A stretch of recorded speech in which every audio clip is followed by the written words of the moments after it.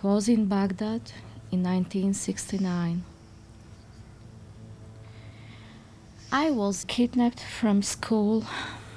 He told me like that, look, you have to say that your family and your father is spies, and you have a telephone, special phone in your home, and you have a conversation and connect with Israel. I was young, don't forget I was 12 years old, and after after a few hours when I was there, he start to beat me, and then he bring another four guys. They was a friend. He's a friend. I don't know exactly who they are, but they another four guys, and all of them they are bigger, and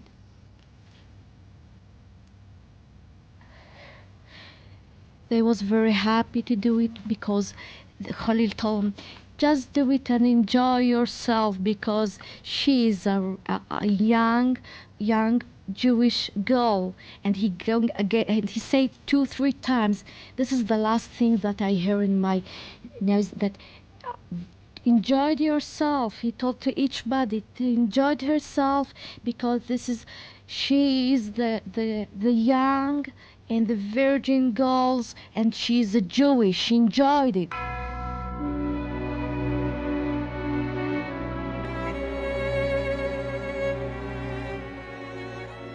In 1948, nearly 1 million Jews lived in Arab lands. But in barely 20 years, they have become forgotten fugitives, expelled from their native lands, forgotten by history, and where the victims themselves have hidden their fate under a cloak of silence. A people whom legend have always associated with wandering.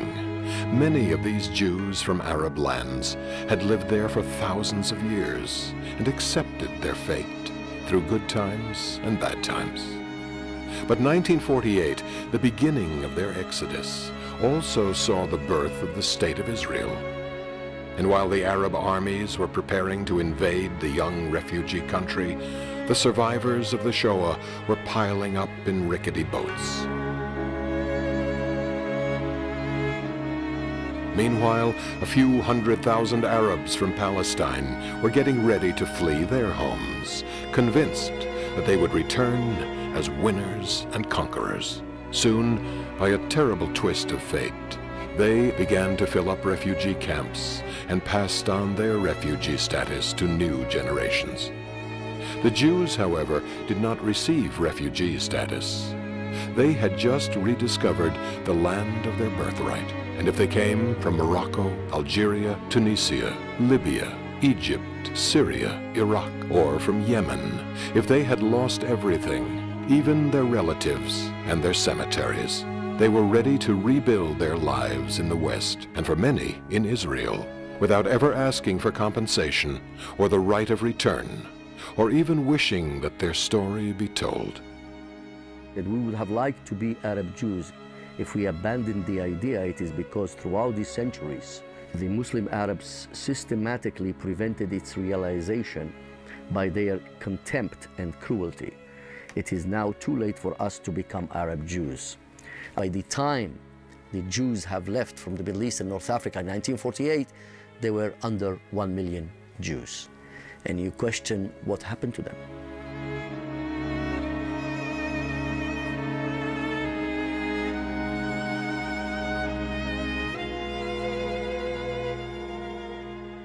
There is a myth that Jews started being persecuted in the Islamic countries only after the State of Israel was formed, but is an absolute myth because horrible pogroms that have been taking place for hundreds of years.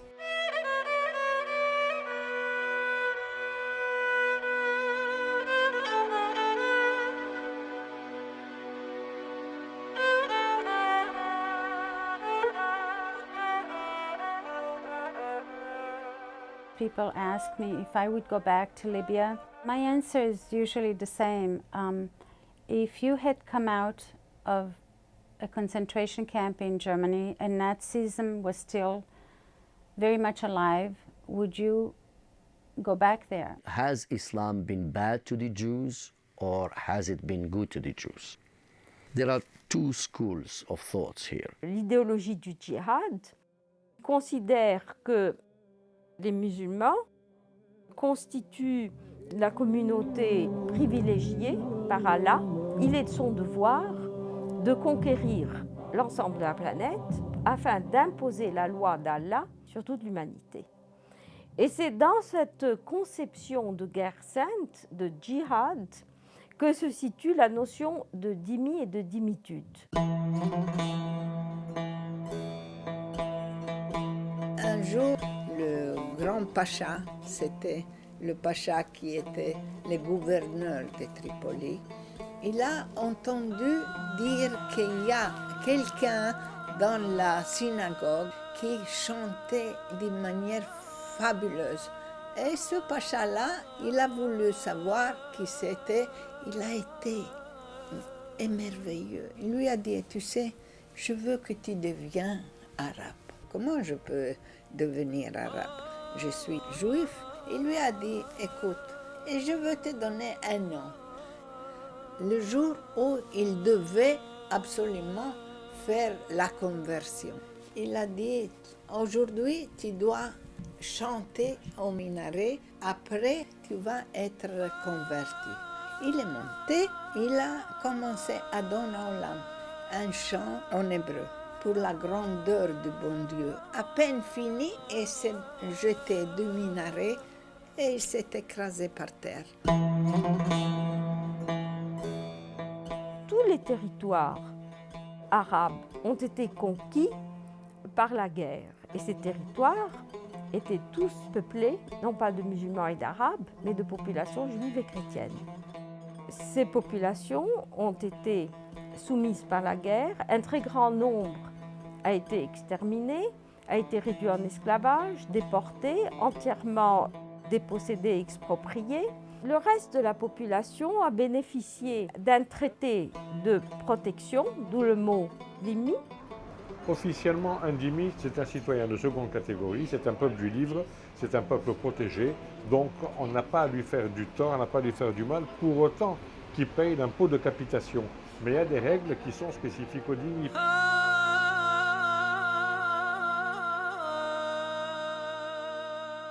After the Arab conquest in the 7th century, if you were a Jew or Christian or Coptic, had to live under very strong restrictions. For example, you were not, as a dhimmi, you were not considered a citizen of the country.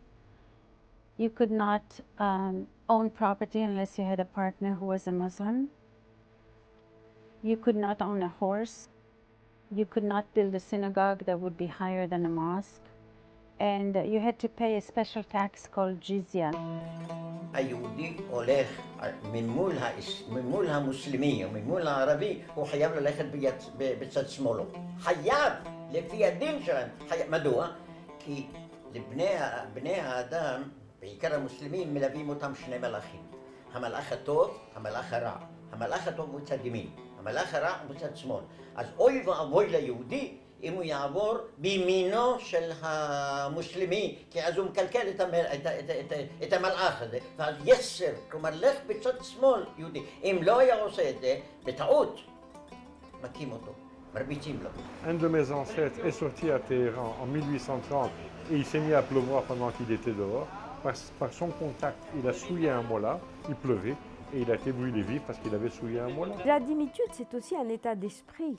Ce n'est pas seulement un ensemble de lois, c'est un état d'esprit qui conduit le dhimmi à renoncer à son patrimoine historique, s'adapter pour pouvoir vivre à ce que son oppresseur demande de lui, à ne pas garder la mémoire de son histoire. À partir du moment où l'islam est arrivé, ce sont devenues des populations complètement discriminées. Donc, à mon avis, ces populations étaient potentiellement réfugiées. Parce qu'elles n'avaient nulle part où aller. Qui pouvait les recevoir? Il était interdit pour le dhimmi de critiquer en quoi que ce soit la loi islamique et le gouvernement islamique. Et donc, c'est une interdiction que l'on retrouve jusqu'à aujourd'hui. Et c'est ce qui a interdit la prise de conscience de la dimitude. À partir du moment où la base est discriminatoire, c'est-à-dire la base est humiliante, les principes donc de l'acceptation de cette communauté, c'est en dehors d'eux. On n'habite pas au Maroc, on a habité pendant des milliers d'années dans le mêlat d'une ville. מלח זומבה שתעיירה שמה של יהודים, רק יהודים. ואפילו אני זוכר שהשמות של הרחובות הן כתובות בעברית. השם הוא אולי בערבית, אבל הכתב הוא בעברית. כל המלח הוא סגור חומה מסביב. והיו לו איזה 3-4 פתחים, אני זוכר. אחד הפתחים זה הרחוב שלנו. שהיינו יוצאים ממנו איזה מין פשפש כזה, שער כזה, שבלילה סוגרים אותו. מפחד שלא יכנסו גם ערבים שיש להם דעות קדומות, דעות יותר חריפות, ושיעשו בנו שמות. التعايش العربي اليهودي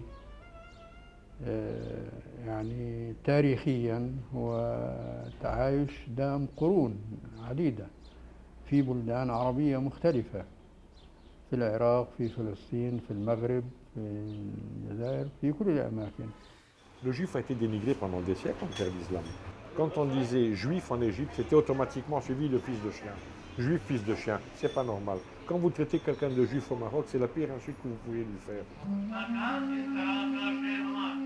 Les Juifs se souviennent des pays arabes avec des sentiments de nostalgie parce que tout de même ils ont vécu à l'époque de la colonisation.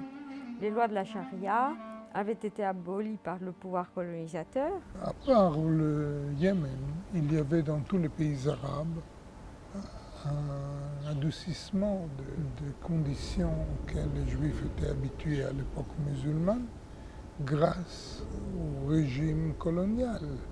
De là date une naturalisation vers les pays colonisateurs. Beaucoup de Juifs, pour pouvoir échapper aux lois de la dimitude et pour pouvoir échapper à la charia, ont adopté la nationalité du pays, puissance occupante à l'époque, française, anglaise ou italienne.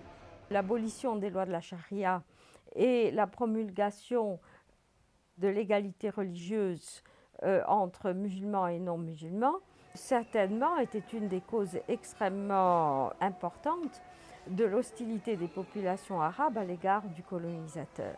On a introduit de nouveaux systèmes de valeurs, plus de démocratie, plus de possibilité de faire valoir ses droits.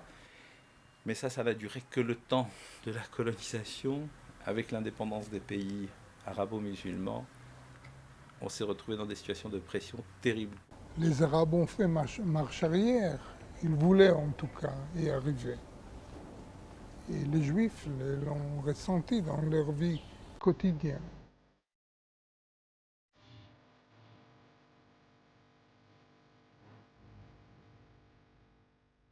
Dans les années 30, déjà, il y avait des accusations à l'égard des Juifs, des accusations de crimes rituels. Les protocoles des sages de Sion étaient très diffusés. The importation of European anti-Semitism by Muslims and by Arabs in the Middle East and North Africa has taken a very big toll in the relationship that allegedly was tolerant.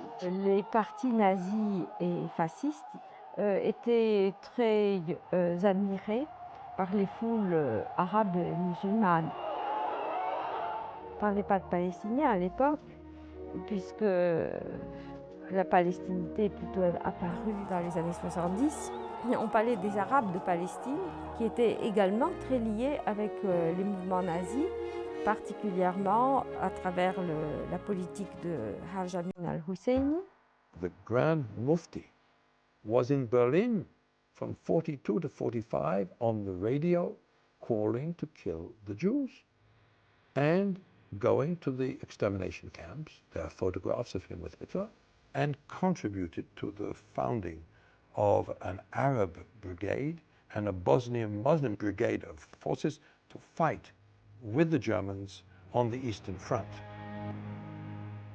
Il y a eu la révolution également en Irak, n'est-ce pas, de Rachid al-Kilani, une révolution pro-nazi. Iraq was the only Arab country who has a pro-Nazi regime for almost a year.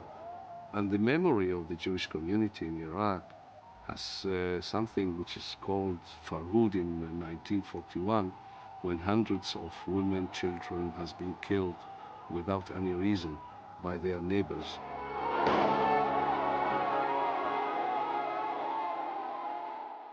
יהודים נרצחו באוטובוסים, נרצחו בבתים, נשים רבות נאנסו, מאות נפצעו, וסך הכל נהרגו 137 יהודים. נפלו הערבים על היהודים, כן, כשאני, אישה בהיריון, פותחים לה את הבטן ומוציאים את הפג מבטנה. או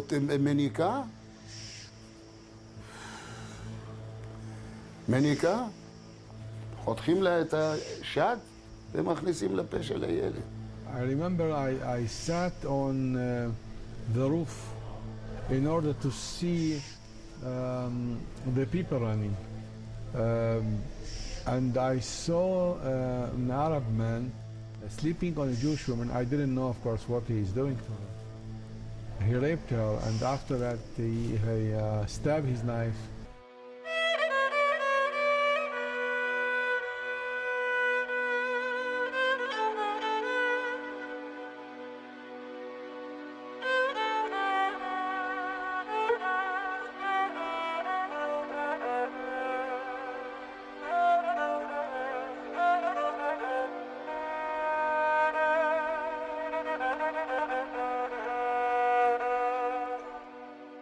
En Égypte, il y avait toute une communauté néo-nazie qui a réorganisé le système de terreur à l'encontre des Juifs. Il y avait des nazis qui ont trouvé asile à Damas pendant de longues années. Et probablement, ils ont prêté leur concours aux Syriens pour faire un bon travail. שלטונות סוריה הטילו על היהודים מספר גזירות קשות. יהדות סוריה החזיקה תעודת זהות שהייתה מסומנת באדום מוסאווי, כלומר איש דת יהודית, מהתעודת הזהות ידעו שזה יהודי, ואז הוא משולל כל זכויות. אסור להם היה לעזוב את הבית שלהם, אסור להם היה לעזוב מחלב לדמשק ומדמשק לחלב, אלא ברישיון של מוחברת, זה המשטרה החשאית, שהיו בפיקוח מלא יחד על היהודים, והיו גזירות שכל יהודי שיש לו חנות צריך לכתוב כאן חנות יהודית, כדי שלא ייכנסו ערבים, בעיקר אנשי צבא, מהגזירות של הנאצים באירופה. אסור היה להם להחזיק רישיונות נהיגה, אסור להם לקבל טלפון, אסור להם למכור רכוש או לקנות רכוש. כל מיני גזירות כאלה שהם החזיקו את היהודים במצב מאוד קשה וחרדה גדולה מאוד, והביאו אותם לידי עוני גדול.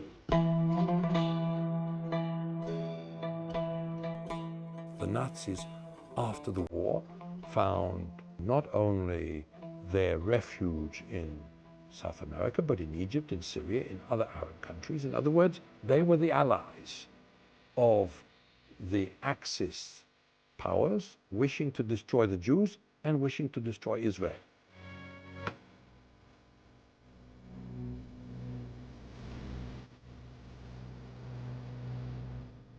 Элементарных прав еврейского народа объясняет стремление евреев к созданию своего государства. We believe that a temporary trusteeship for Palestine should be established under the Trusteeship Council of the United Nations. I think it's important to remember what happened in 47, the partition, the UN General Assembly Partition Plan 181, which decided that there would be an Arab state and a Jewish state within the remaining mandated Palestine. The Arab League states immediately refused international legality. The key to what actually happened to the Jewish refugees in the Arab countries was explained by Haikal Pasha.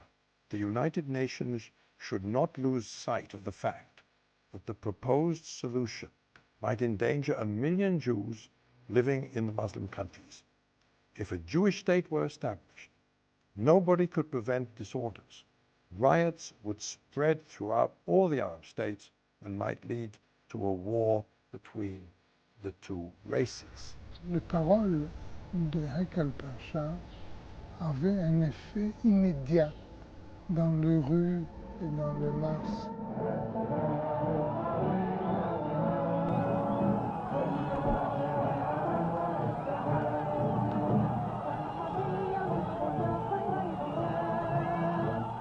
Ce qui était auparavant des initiatives privées sont devenues une politique officielle de l'État pour toute la population juive.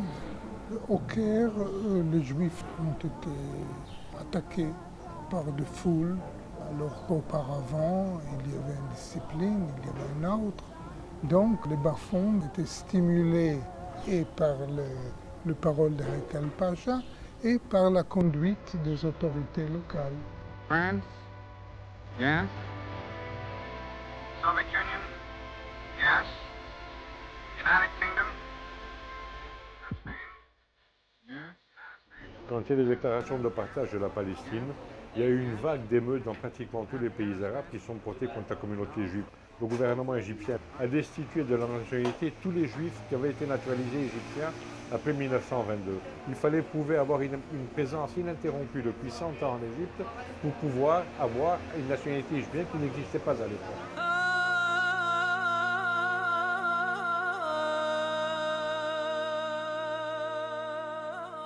עם החלטת האומות המאוחדות בנובמבר, 29 בנובמבר 1947, התחילה השנאה, וכמו כאן בארץ, גם בחוץ לארץ. הערבים רדפו אחרינו וניסו להתנכל עלינו ולפגוע בנו. ואנחנו פחדנו מאוד מאוד. היינו עם הרוב היום, היינו נסגרים בתוך הבתים, והיינו מפחדים, לא מעזים לצאת. ולא היינו מעזים לצאת. כמובן שאנחנו השתדלנו בכל האפשרויות לעלות ארצה. אמרה אמא שלי לשכן, אמרה לו, אם יהיה מוראות, אנחנו נתחבץ לך. אומר לה, לא, אנחנו כפר האויבים, לא חברים כמו פעם. אתם רוצחים אותנו בירושלים, ומלחמה, איך את רוצה? אמר לה, אם אני אהיה חבר טוב שלכם, גם אותי ירצחו. לפתע פתאום, אני נמצא בטרצה, בבית, הייתי בגיל 13, ומתחילים מאות אלפים, לא עשרות, מאות אלפים, לבוא לעבר הרובע היהודי. התנפלו על היהודים במקלות.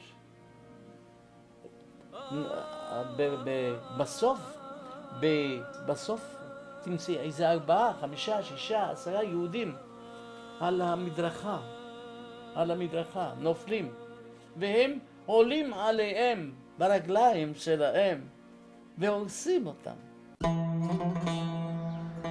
Le code pénal de Bagdad a été amendé pour ajouter le sionisme au communisme, à l'anarchisme et à l'immoralité comme des idéologies interdites. Not all of them were Zionists. Take some Jews in Iraq, they were communists. Take Sassoon, the head of the Jewish community in Iraq, was anti-Zionist. He, in fact, supported the nationalist government of Iraq at the time. Le sionisme servait de prétexte pour relancer les mesures contre les Juifs.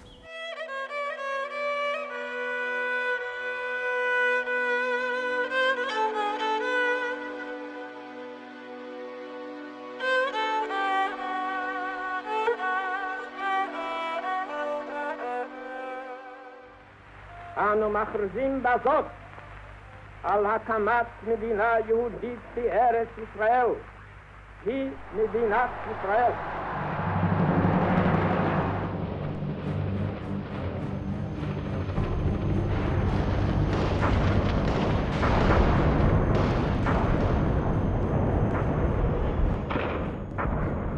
la déclaration d'indépendance de l'État d'Israël, les 5 États arabes ont envahi le jeune État. Even if they are not dhimmi communities in the Arab states, they are now a dhimmi state in the Middle East. La situation ne s'est pas développée selon les prévisions des États arabes. Arabs were there because of right. They are descendants of the very people who descendants of the very people who lived in Palestine for thousands of years, even before the Jews were there. Had they accepted the Arab and the Jewish state, there would have been no refugees either from what was to be the Jewish state, nor would there have been probably Jews forced to leave the Arab countries.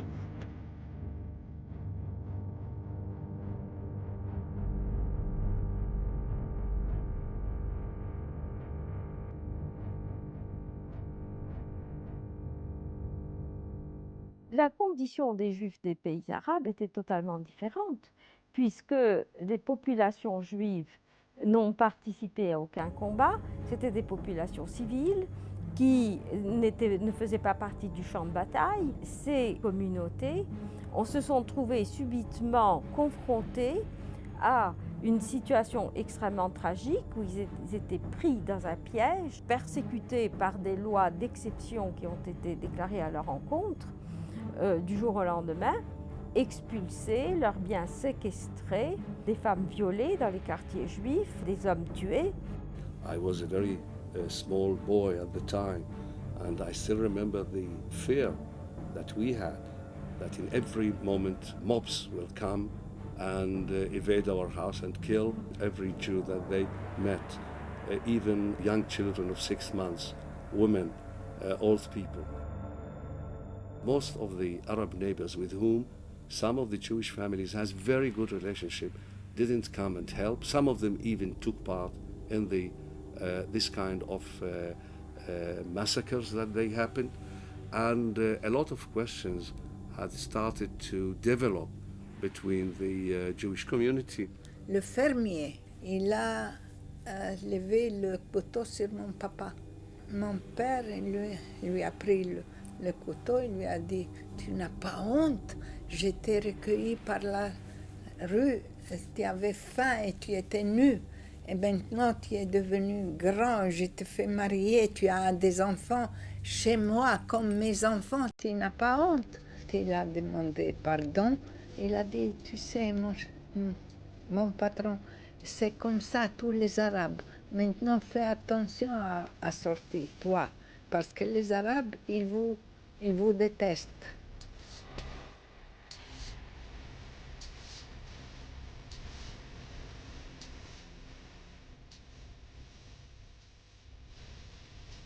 In order to leave your country of origin, it has to be two forces. One is a push and one is a pull.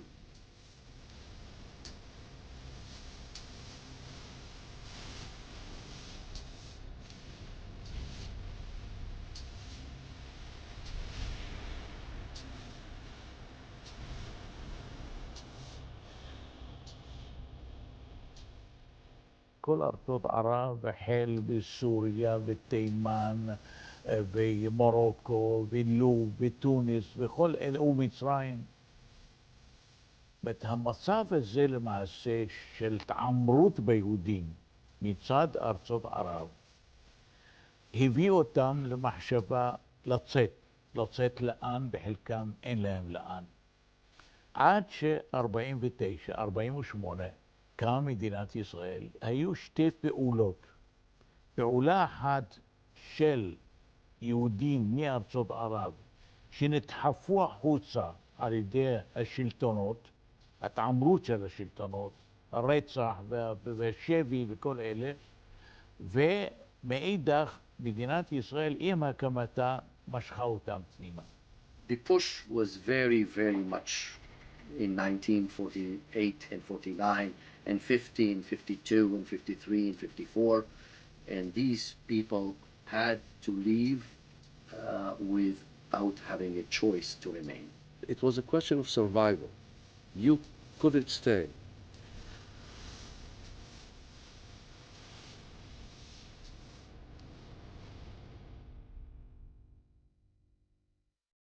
שוב פעם פרעו פרעות ביהודים, שרפו בית כנסת גדול, גם הישן הגדול, וגם בג'בליה, בסביבה ששם ישבו העשירים. גם הייתה התנפלות על יהודים בדמשק, שרפו מספר בתים, והיו מספר הרוגים.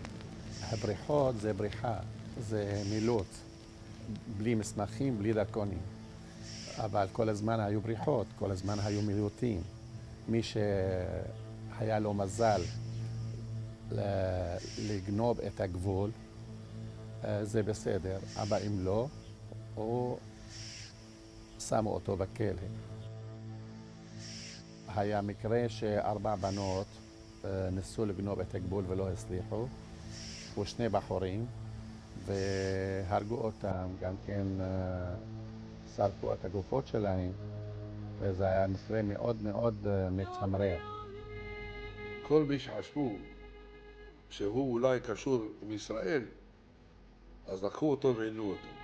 מי שתפסו אותו בדרך שהוא בורח, תפסו אותו, הכניסו לבית סוהר. מה זה לקחת ולהוציא ציפורניים מהיד?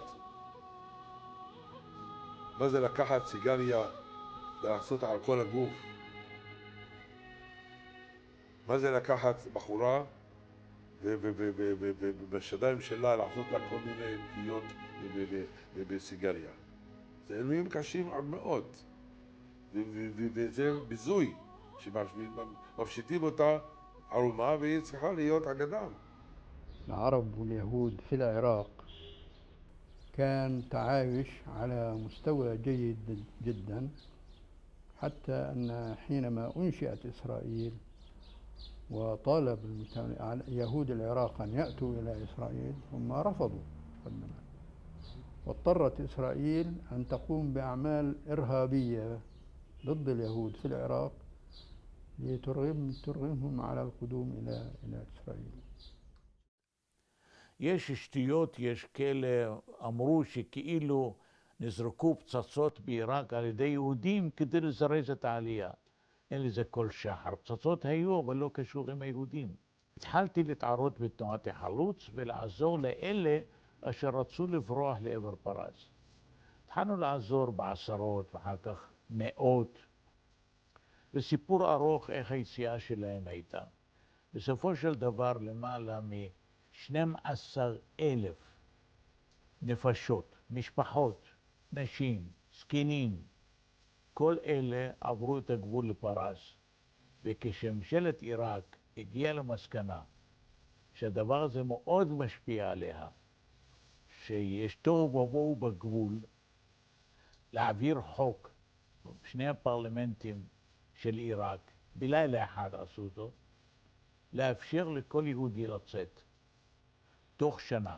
In 1950, they brought out the denationalization of the Jews law, where if a Jew wanted to be able to leave, they had to give up their nationality, give up their passports, and they could then leave the country. My father wanted to be the first Jew to leave. Immediately after they issued this law, he went at 2 o'clock at night. He took me with him to the synagogue, which was the center of registration. And when we came there at 2 o'clock in the night, there were more Jews there. So it means that there were many who wanted to be the first. And I remember the moment that he had to give his the card of citizenship. It was a terrible moment for him, because when he gave it, he felt that he is a citizen without papers, without nothing. הם חשבו שאולי מתוך 137,000 יהודים אז שהיו בעיראק, יצאו אולי 10,000, 12,000. והנה זה נס. אחרי תחילת ההרשמה, חודשיים אחרי תחילת ההרשמה, נרשמו 63,000 יהודים לצאת. In 51, March 51, they passed a law where they expropriated the property of the Iraqi Jews who had denationalized the stateless Jews. So it was a two-step process under color of law, and that's how they lost their nationality and their property. כל החנויות של היהודים, הבתים, הרכוש מוקפא, כספים בבנק. אין לצאת רק עם 30 קילו. בגדים, טבעת נישואין ושעון. ו-30 קילו בגדים. ככה יצא את ה...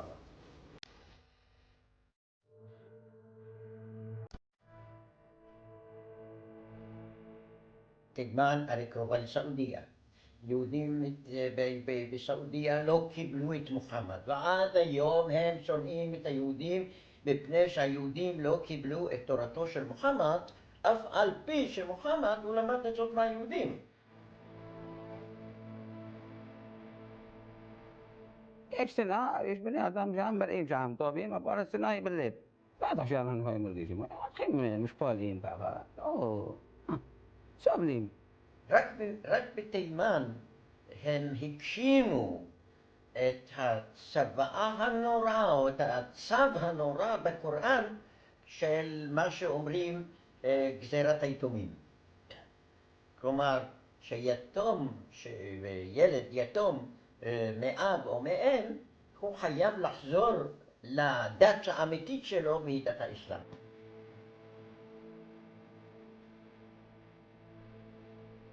אנחנו לא אוהבים את ארץ ישראל, תמיד היינו רוצים לעבוד לפני בערך 40 שנה משהו כזה, אכלנו הבתים שלנו, כלומר אכלנו הכל.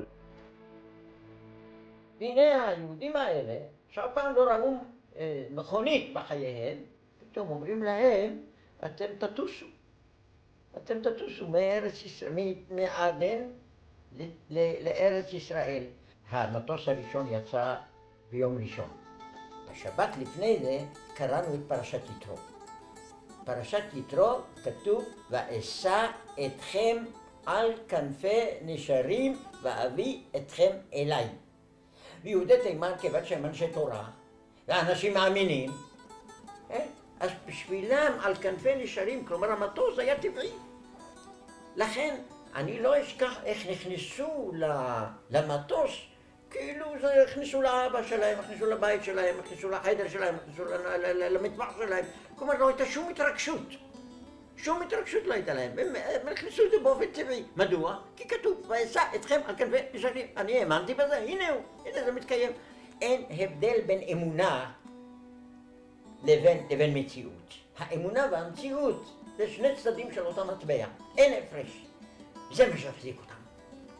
50,000 יהודים במשך שנתיים באו לארץ ישראל, ואף אחד לא, הייתי אומר, לא השתגע, לא נפל.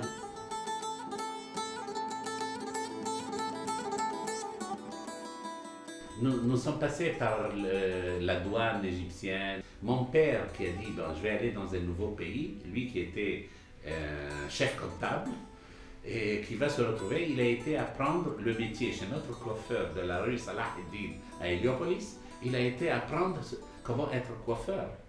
Et il a acheté quelques matériels de coiffure, pour, vous savez, les machines encore à la main. Et je voyais de mes yeux, je n'oublie jamais ça, comment même dans la douane, les gens prenaient les peignes que mon père avait acheté, les peignes longs blancs d'un coiffeur, il les prenait, il les mettait dans la poche. Il trouvait je ne sais pas quoi, il mettait dans la poche. Ensuite, il nous trouait les chaussures, les semelles des chaussures, il faisait des trous. Il faisait des trous, on a pris avec nous, malheureusement, je dis, on a pris même quelques boîtes de conserve, on a dit, si on tombe quelque part, on aura de quoi manger. Ils ouvraient des boîtes de conserve et ils les jetaient dans les habits pour gâcher en hiver, avec des habits qui étaient déjà pratiquement en lambeaux, dégoûtants, pourris. On nous a ouvert les valises à la douane, on a vidé le contenu par terre, on l'a déchiré, on l'a détruit. J'avais un ou deux bracelets au bras, on me les a arrachés. Donc nous sommes partis pratiquement sans rien, on nous a permis de rien prendre avec nous. Et mon cas a été encore privilégié par rapport à celui de nombreux autres expulsés juifs. On sait au Maroc qu'il y a des témoignages. Des villages entiers sont partis au bout d'une heure. On sait qu'il y avait par exemple la visite d'un délégué israélien, mettons de l'agent juif ou autre, qui arrivait dans un village, qui était reçu par le rabbin comme c'était de coutume, qui l'invitait à déjeuner. Et à l'issue du déjeuner qui durait une heure, en sortant de la maison du rabbin, cette personne trouvait tout le village avec un petit baluchon sur le dos qui attendait le départ. On s'en va. So you had from all the Muslim world, certainly about 1,150,000 Jews, of which today there are certainly under 5,000 left in the Arab Muslim world and about 20,000 in Turkey.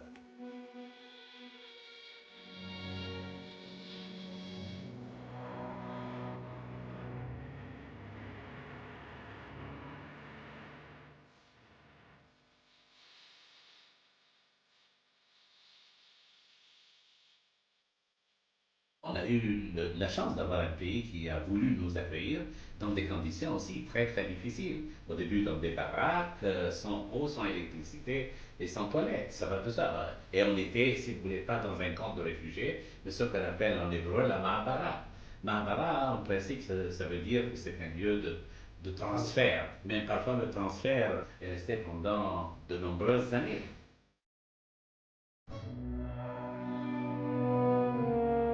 They were refugees in the sense that they left their homes, and most of them came penniless, without any resources, and they had to be taken care of by an effort of the entire Jewish people. You see what happened at the War of Independence in '48. We numbered here in Israel 650,000 people, that's all. But in 4 years, we accepted that we received here an immigration of 750,000, which means a growth of 120% of the population in 4 years. It never happened anywhere in the world as we know.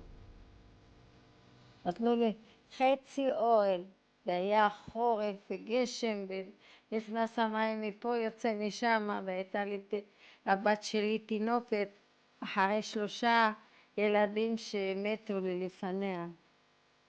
והייתה ככה קטנה, והייתי כל הזמן תופסת אותה ככה, ונתנו לנו לשים אותה בבית תינוקות, ולא רציתי, וגם היה קשה מאוד. היה קור והיה זה, ואין אוכל, כלום, רק תפוחי אדמה, היו אוכלים, מביאים אוכל מהמטבח, נותנים לך בקבוק תה וקצת דייסה. They did not look for refugee status. Israel had to raise more than $12 to $15 billion to rehabilitate these people that were put in shanty towns and ma'barot. We had to start from scratch. We received them. They lived in tents, in barracks, in huts, and they suffered the heat of the summer and the cold of the winter. But we received them as brothers. נשארנו בחיים, והבאנו עוד ילדים, והסתדרנו.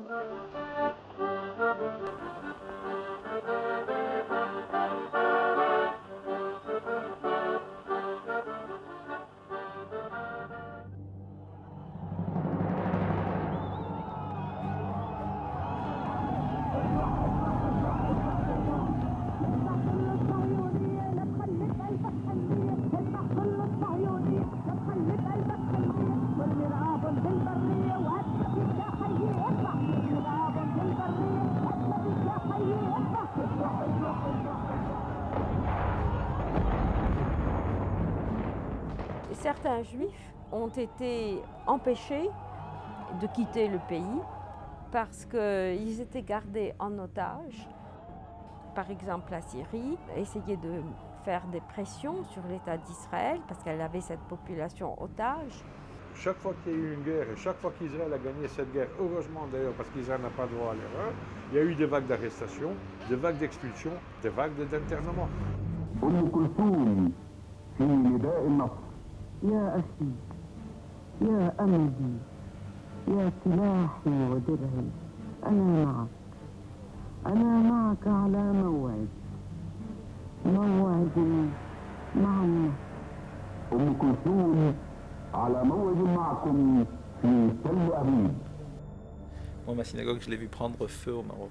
Je me suis levé un matin pendant la guerre de 67 Et c'est moi qui allais prier. Et puis je suis arrivé, la synagogue était en train de prendre feu. C'est moi qui ai averti, elle avait pris feu complètement. Et en 67, j'étais confiné chez moi avec mes parents, mes frères. Et des milliers, des centaines de milliers de personnes qui défilaient en manifestant en bas de chez nous, nous menaçaient. C'est avec des juifs habitant dans cette immeuble. Vous allez voir, on va vous étrangler. On a vécu pendant des jours et des jours complètement barricadés dans les maisons. On ne pouvait strictement rien faire, surtout pas sortir. ופה, משנת 48, מתלייתו של שפיק עדס המנוח, ועד 73, 65 יהודים נתלו, נחטפו ונרצחו, נרצחו בבתים, כל אלה בעיראק.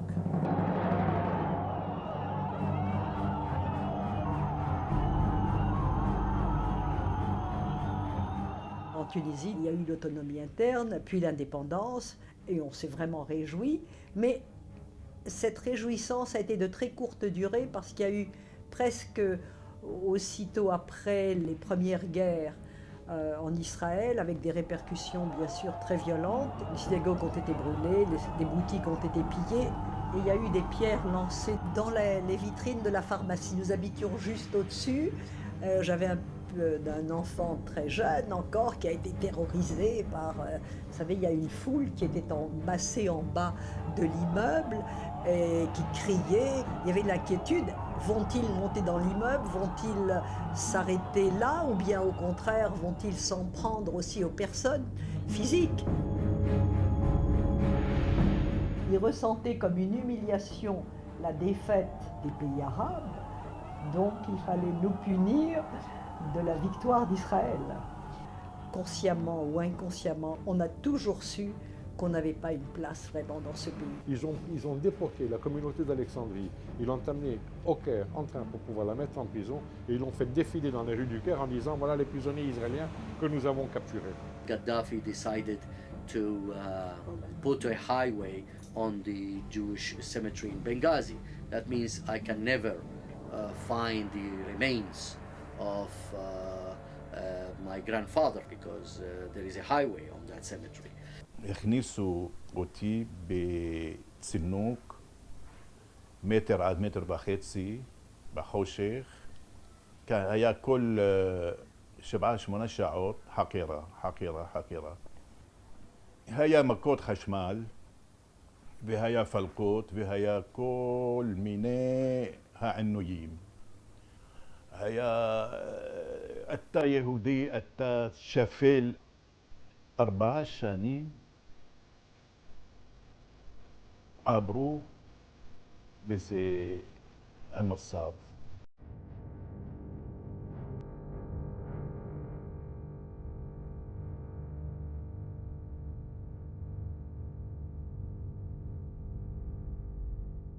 You ask yourself, as a researcher or as a Jew who was born in one of these Arab countries, are you telling me that this persecution is not leaving me alone even if I removed myself physically from the place where I was born?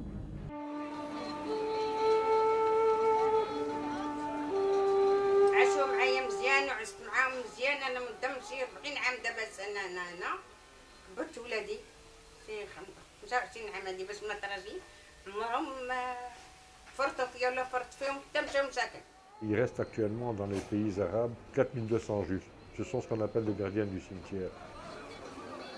Judenrein is a very good word which I've often used, and I think one should know Judenrein meaning without Jews. Today, you can say that in most of the Arab world, you don't have any Jews in Libya, you can have no Jews in Saudi Arabia because it's been forbidden for the last 1400 years, with the exception of 2,000 in Morocco, 1,000 in Sudan, maybe 1,000 in Yemen.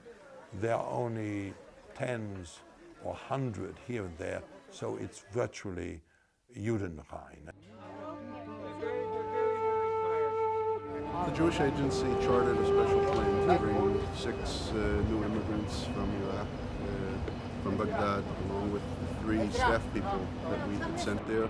One of them a special emissary of the Jewish Agency. The other 2 people from Hayas, which was I would call our strategic ally in this operation. Well, we obviously would have brought any more that were willing at this time. You have to realize these people are very scared, certainly of the unknown. About you, and you care about the Jewish community here. And these were the 6 that had the courage to get on the plane. We hope that the others will come in their footsteps. We don't know.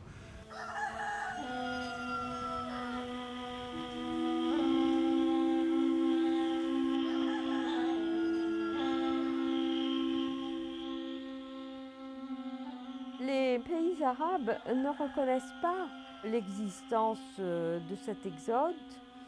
Tous les biens juifs, les biens communautaires ont été détruits. Il faut au moins que les pays arabes reconnaissent leurs responsabilités par rapport à leur communauté juive. Dès le départ, dans les années 50, Israël a organisé déjà une première documentation, à savoir que les gens qui venaient, mais essentiellement les juifs venus d'Irak, d'Égypte, de Syrie. So here we have one of the many files which is in the possession of the Justice Ministry. Here it's files filed by Jews from Egypt who came to Israel. J'ai été mis sous résidence forcée dans un appartement depuis le 12 novembre 1956, soit le lendemain du jour qu'on a scellé mon appartement, mon magasin de vente et mes dépôts. Le 4 décembre 1956. Jews from Arab countries have left behind a lot. This is a claim submitted in 1952 by a Jew who arrived from Iraq. One of the claims is for a house. The person writes, I own half the house situated on this and this street.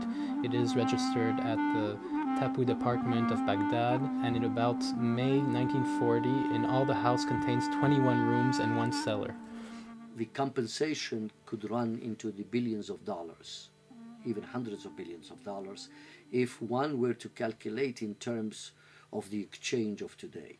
In the World Jewish Congress, we launched this campaign on the Forgotten Exodus a few years ago, but now we are entering a very active stage in this process. I think that we are really penetrating the very heart of the peace process in the Middle East. This is forgotten also because the world has no idea that this has happened. And what we are trying to do in our conferences and also in our public campaign is really to educate international public opinion that there was an exchange of refugees. In Camp David, to the surprise of everybody, it was really a shock, the Palestinians introduced at the very last moment the issue of the right of return.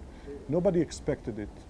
So the Israelis went immediately to bring their experts on refugees, and then they brought forward the case of Jews from Arab countries. President Clinton was so impressed that at these talks he gave, for the first time in history, a statement by an American president who made a commitment to establish a fund of compensation for the 2 groups of refugees. Je souhaite beaucoup que ce fonds soit constitué, mais pour l'instant, on n'a même pas commencé à le faire. I think it's very important for the United States Congress to focus on the important issue of Jewish refugees from Arab lands, because it's important to understand history. It's important to understand what a vibrant community the Jewish community was in Arab countries. And I recently held a hearing on this very topic. The Palestinians brought up refugee status of Palestinians and the issue of whether they would be able to return to Palestine or to Israel.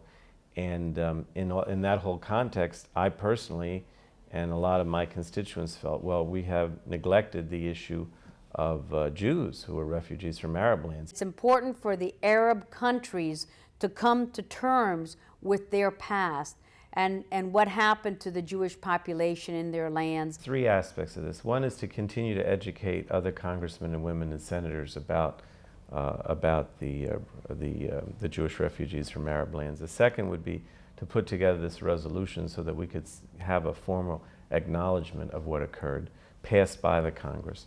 And the third would be to keep pressing the President and the State Department to include this issue in any discussions about a settlement between Israel and Palestine. When the Palestinians became refugees, there were over 100 resolutions, I believe, that we passed on the behalf of the Palestinian refugees There has never been a single resolution passed on behalf of the 900,000 Jewish refugees that were made refugees from the Arab countries.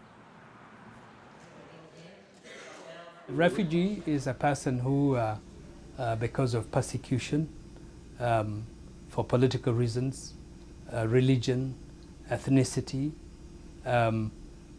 is not able to get the protection or enjoy the protection of his own country, flees to another country. No one from the United Nations or anyone else other than the Jews of the world offered to help Israel integrate the Jewish refugees. If it is people who have left because of coercion or because of pressure, and in this particular case, in the case of people who have settled in Israel, these are people who have opted to go to a particular country that exists and are not seeking assistance. The United Nations certainly knew what was going on, but if we were to put our faith in the hands of the United Nations, we would be in very sad hands. Si vous n'écrivez pas votre histoire, il y en a d'autres qui l'écrivent pour vous. Elle a été tout simplement réécrite. L'histoire des Juifs des pays arabes n'a pas été écrite par les Juifs. Nos parents se sont tués également par rapport à la Shoah, par rapport au drame de la Shoah, par pudeur. I have a life. I don't send my son to blow himself up. I don't perpetuate hate in the schools. Our schools don't perpetuate hate. And this is what happened. The Jewish community absorbed the Jews, close to 1 million of us, and we are part of the mainstream, and we've been integrated in the community that hosted us. 600,000 went to Israel, 300,000 went to other countries like United States and Europe. And the Palestinians, after 54 years, they're still